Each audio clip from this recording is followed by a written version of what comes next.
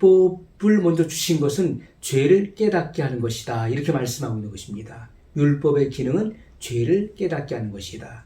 율법이 오기 전에는 사람이 죄를 죄로 알지 못했어요. 죄를 짓고도 분명한 기준이 없었기 때문에 죄를 짓고도 그것이 죄인 줄을 몰랐다는 거예요. 그래서 이 율법이 옴으로써 분명한 죄의 기준이 생겨난 것입니다. 옳고 그름에 대한 분명한 기준이 생겨난 거예요. 그래서 하나님께서 율법을 주심으로써 이 세상에 죄가 다 드러나게 된 거예요. 사람이 죄를 짓고도 그것이 죄인 줄 알지 못하고 그렇게 죄 가운데 살고 있었는데 율법이 옴으로써, 율법을 제정해 줌으로써 내가 지금까지 행했던 이 모든 것들, 내가 이 말과 행동이 다 죄였구나. 그래서 이 세상에 죄가 넘쳐나게 된 것입니다. 죄를 다 드러내게 된 거예요. 그래서 율법이 가입한 것은 범죄를 더하게 하려 함이라. 이 사람이 지은 이 죄가 다 드러나고 폭로된 것입니다. 그러나 중요한 것은 죄가 더한 곳에 은혜가 더 넘쳤나니. 죄가 이 세상에 만연할지라도, 죄가 이 세상에 가득할지라도 그 죄를 용서하는 하나님의 은혜는 더욱더 넘쳤다는 것을 말씀하고 있어요. 죄가 이 세상에 아무리 많을지라도 그 죄를 용서해 주시는 하나님의 은혜는 더 크다는 것입니다. 더 큰 하나님의 은혜가 있다는 것을 분명히 말씀하고 있어요. 그것은 바로 그의 하나님의 독생자 예수 그리스도를 이 세상에 보내주심으로 인류의 죄, 죄인의 죄를 대신하여 십자가에서 피 흘려 죽으신 것입니다. 속죄의 피를 흘리신 거예요. 그러므로 믿는 자는 구원 얻게 된 것입니다. 믿는 자는 죄사함을 얻게 하는 이 하나님의 은혜는 더욱더 넘쳤다. 이것을 말씀하고 있는 것이죠. 이 같은 사실을 우리가 이해하는 것은 굉장히 중요한 것입니다. 사람이 죄를 짓고 그 죄를 지은 사람은 죄책에 떨게 되는 거예요. 야, 이 큰일 났다. 나는 이 죄로 인해서 난 이제 멸망하고 난 죽게 생겼구나. 죄책에 떨고 있는 사람, 두려움과 공포 속에 떨고 있는 사람에게 그 죄의 목록을 다 적어가지고서 야, 네가 무슨 죄를 졌는지 내가 한번 불러줘 볼게. 너는 이런 사람이야. 너는 이런 놈이야 하면서 그 사람에게 이 죄의 목록을 불러준다면은 그 사람이 자유하게 될까요? 그 사람이 내가 이런 정말 파렴치한 죄인이구나 하는 것을 뼈저리게 느낄까요? 그렇지가 않은 것입니다. 그 율법의 정죄로 말미암아 그 사람의 마음이 깨어질 수는 있어요. 하지만 그 마음에 자유함을 주지 못하는 것입니다. 자유함을 주는 것은 바로 죄에 대한 용서를 말하는 것이죠. 네가 이렇게 많은 죄를 지었음에도 불구하고 그 사람은 느끼고 있는 거예요. 나는 이제 죽었다. 나는 이제 끝장났다. 나는 이제 파탄이야. 나는 영원한 멸망 외에는 그 어떤 기대가 없어. 이런 사람에게 하나님께서는 믿기만 하면 내가 너의 모든 죄를 사하노라. 이 같은 그 사제의 그런 은총이 임했을 때 이 사람은 자기가 어떠한 죄인임을 깊이 그가 느끼게 되는 거예요. 내가 이런 존재였는데, 나는 가망성이 없는 이러한 존재였는데, 죽어 마땅한 존재였는데, 자기 자신의 그 죄인됨을 깊이 느끼게 되는 거예요. 그러면서 이러한 죄인을 하나님께서 은혜로 구원하셨도다. 그래서 하나님의 그 사랑 앞에 나도 모르게 굴복되어진다는 거예요. 그리고 일생을 자기 온몸과 마음을 다 바쳐서 충성을 하게 된다는 것입니다. 이것이 하나님의 은혜라는 거예요. 사람의 그 죄를, 사람으로 하여금 죄를 깨닫게 하고 그리고 깊은 겸손 속에 사람을 낮추는 것은 그 사람을 정죄하는 율법이 아니라 그 사람의 죄를 용서해주는 하나님의 은혜라는 사실을 우리에게 분명히 알게 하는 것이죠. 자, 그래서 우리가 이 죄를 용서해 주시는 하나님의 은혜, 율법은 사람을 두렵게 해서 그 마음을 깨트릴 수 있지만은 우리 영혼에 참된 기쁨과 만족과 자유함을 주지는 못하는 것입니다. 그것은 오직 은혜만이 줄 수 있는 거예요. 은혜. 하나님의 은혜를 받았을 때 우리가 어떻습니까? 속이 후련하죠. 살아계신 하나님 앞에서 내 죄를 낱낱이 자백했을 때 죄사함의 그런 은혜가 임하는데 그것에 대한 보증이 무엇입니까? 보증적 은혜가 바로 내 마음속에 기쁨과 평강이잖아요. 속이 후련하고 하나님께서 내 죄를 깨끗하게 씻었다고 하는 그런 확신과 그런 기쁨이 넘치지 않습니까? 이것은 하나님의 은혜예요. 하나님의 은혜. 내가 내 죄를 사했노라 하는 보증적인 증거로서 마음의 평강과 기쁨을 주시는 것이죠. 우리가 아브라함을 보십시오. 또 야곱을 보세요. 그들이 어떻게 깨어졌는지. 아브라함이 어떻게 깨어졌습니까? 아브라함이 자기 자신을 철저하게 낮추고 그리고 심지어는 자기의 독자 이삭을 자기 아내와 한마디 상의도 없이 믿음으로 바쳤던 그러한 믿음에까지 성장할 수 있었던 것은 하나님의 은혜를 받은 자였기 때문에 그런 것입니다. 하나님의 은혜를 아는 자였어요. 그러므로 자기 자신을 철저하게 낮출 수 있었던 것이고 자기 자신의 그 낮아짐에 대한 그 분명한 결과는 순종과 그리고 충성이라는 것입니다.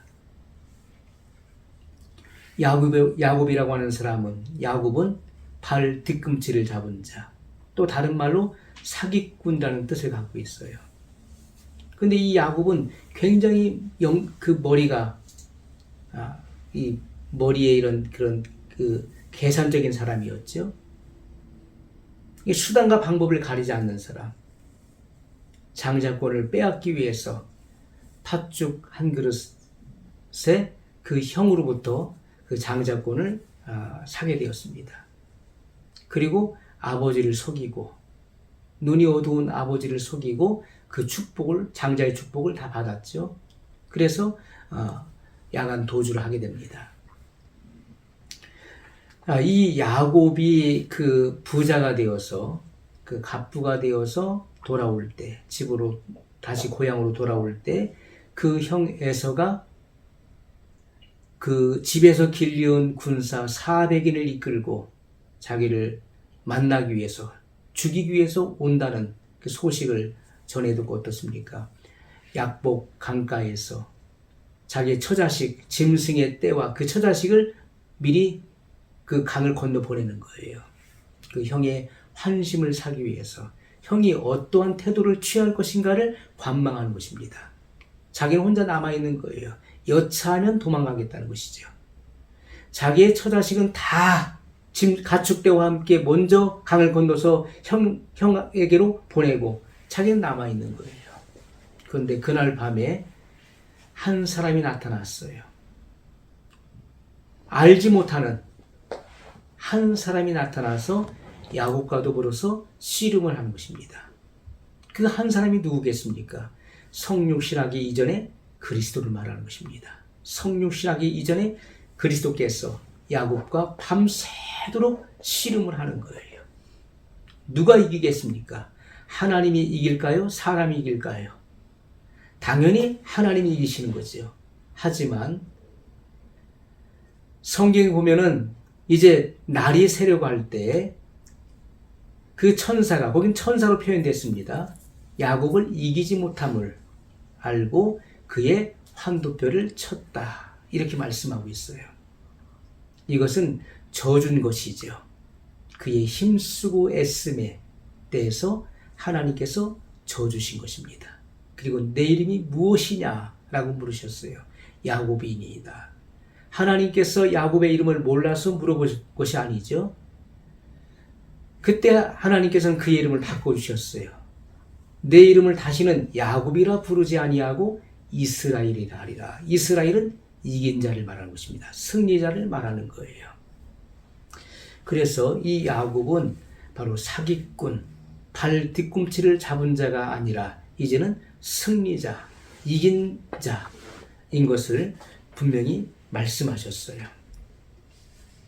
자, 이 야곱은 야곱은 가장 그가 비천한 처지에 있을 때, 또한 그의 환경과 상황이 가장 비참한 그런 상황에서 기가 막힐 웅덩이에서 그의 그 목숨이 그 형에 의해서 경각간에 그 목숨이 달려있는 그런 상황 가운데서 주님이 찾아오셨다는 것입니다. 이러한 비천한 죄인을, 나같이 가망성이 없고 죽어야 될 이 죄인을 찾아오셔서 구원하셨다는 거예요. 그렇기 때문에 야곱은 자기 자신을 철저하게 주님 앞에서 낮출 수 있었던 것입니다. 일생을 주님 앞에 낮출 수 있었던 거예요. 우리가 욥기서에서도 욥을 보십시오. 욥은 율법의 완전한 자, 율법의 의를 가지고 있는 자였어요.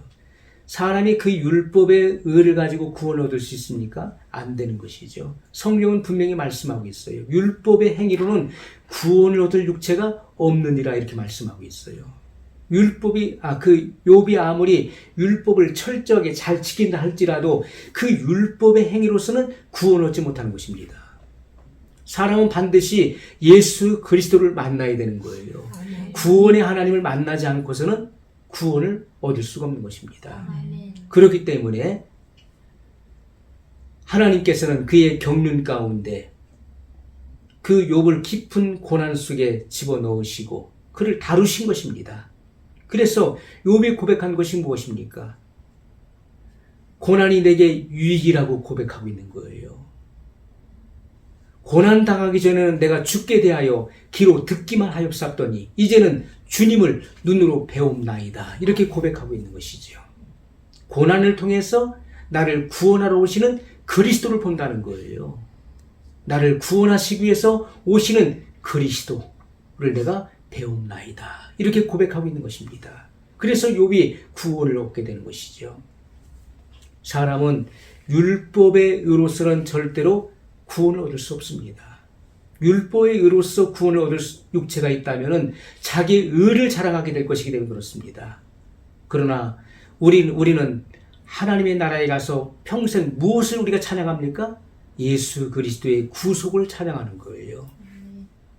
나는 어떤 공로나 어떤 구원을 얻을 만한 그러한 선행이나 공로가 없는 것입니다.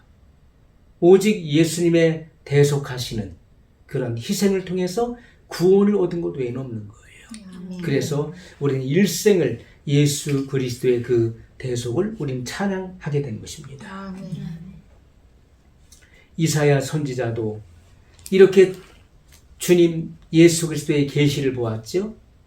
그리고 그 앞에 철저하게 자신을 낮추고 그리고 화루가 나여 망하게 되었도다. 나는 입술이 부정한 사람이요 입술이 부정한 백성 중에 거하면서 만군의 여호와이신 왕을 배웠으미로다. 이것은 그리스도의 계시를 본 것입니다. 심판자이신 그리스도를 보게 된 거예요. 자, 이렇게 이사야 선지자가 자기 자신을 철저하게 낮출 수 있었던 그것은 바로 자기 자신을 알리기 위해서 낮고 천한 이 땅에 내려오시는 그리고 찾아오신 거룩하신 예수님을 만났기 때문에 그런 것입니다. 이것이 바로 은혜라고 하는 것이죠. 그러므로 우리는 오늘 하나님 앞에 예배하고 있습니다. 신령과 진정의 예배가 무엇일까요? 신령과 진정의 예배를 우리가 드려야 된다고 하는데 우리가 대략적으로 신령과 진정의 예배는 이런 것일 것이다 이렇게 사람들이 추측을 합니다. 그런데 자, 인생은 하나님 앞에서 아무것도 아닌 존재예요. 우리가 요즘에 나는 무익한 종입니다. 나는 무익한 종입니다. 이런 찬양을 많이 드리지 않습니까? 나는 무익한 종입니다. 아무것도 아닌 것이죠. 인생은 떠오르는 먼지에 불과한 것입니다. 그리고 그 장작 모닥불을 피웠을 때 거기서 불티가 하늘을 나름갔다. 성경은 그렇게 기록하고 있어요. 인생은 불티가 하늘로 나름 같은 이이다. 깜빡깜빡하다가 그냥 없어져 버리는 것이 인생이라는 거예요. 인생은 영원하신 하나님, 만물을 창조하신 그 위대하신 하나님 앞에 아무것도 아닌 피조물이에요. 그런데 이렇게 아무것도 아닌 피조물의 전부가 되시는 하나님, 창조주 하나님, 죄성으로 가득해 있는 그러한 죄인들의 전부가 되시는 구속자이신 하나님, 그 하나님을 기대하고 신뢰하고 악망하고 예배하는 자, 이러한 사람들에게 하나님은 찾아오시는 것입니다. 임재하신다는 거예요. 그러니까 하나님의 그 임재를 내가 충만하게 경험하는 시간이 바로 예배 시간이 되어야 된다는 것입니다. 이러한 하나님을 우리가 기대하고 악망하는 자가 바로 하나님의 임재로 충만해질 수 있는 거예요. 그것이 신령과 진정의 예배가 되는 것입니다. 이사야 2장 17절에 보면 그날에 자고한 자는 굴복되며 교만한 자는 낮아지고 여호와께서 홀로 높임을 받으실 것이요. 아멘. 이렇게 바로 성령이 임하실 때 나타나는 현상이 무엇입니까? 자고한 자는 굴복된다는 거예요. 높은 마음을 가졌던 사람이 철저하게 깨지고 낮아지는 것입니다. 죄의 사함이 이루어지고 그리고 성령이 임하실 때 그는 그렇게 낮아지는 거예요. 자신을 낮추게 되는 것입니다. 교만한 자는 낮아지고 여호와께서 홀로 높임을 받으실 것이요. 이것이 바로 예배예요. 나 자신이 드러나지 않고 오직 하나님만이 홀로 높임을 받으시도록 하는 것, 그것이 바로 신령과 진정의 예배가 되는 것입니다. 우리가 예배 시간에는요, 오직 하나님만이 홀로 높임을 받으시도록 해야 되는 거예요. 나 자신이 과신되어서는 안 되는 것입니다. 내가 과시되어서는 안 된다는 거예요.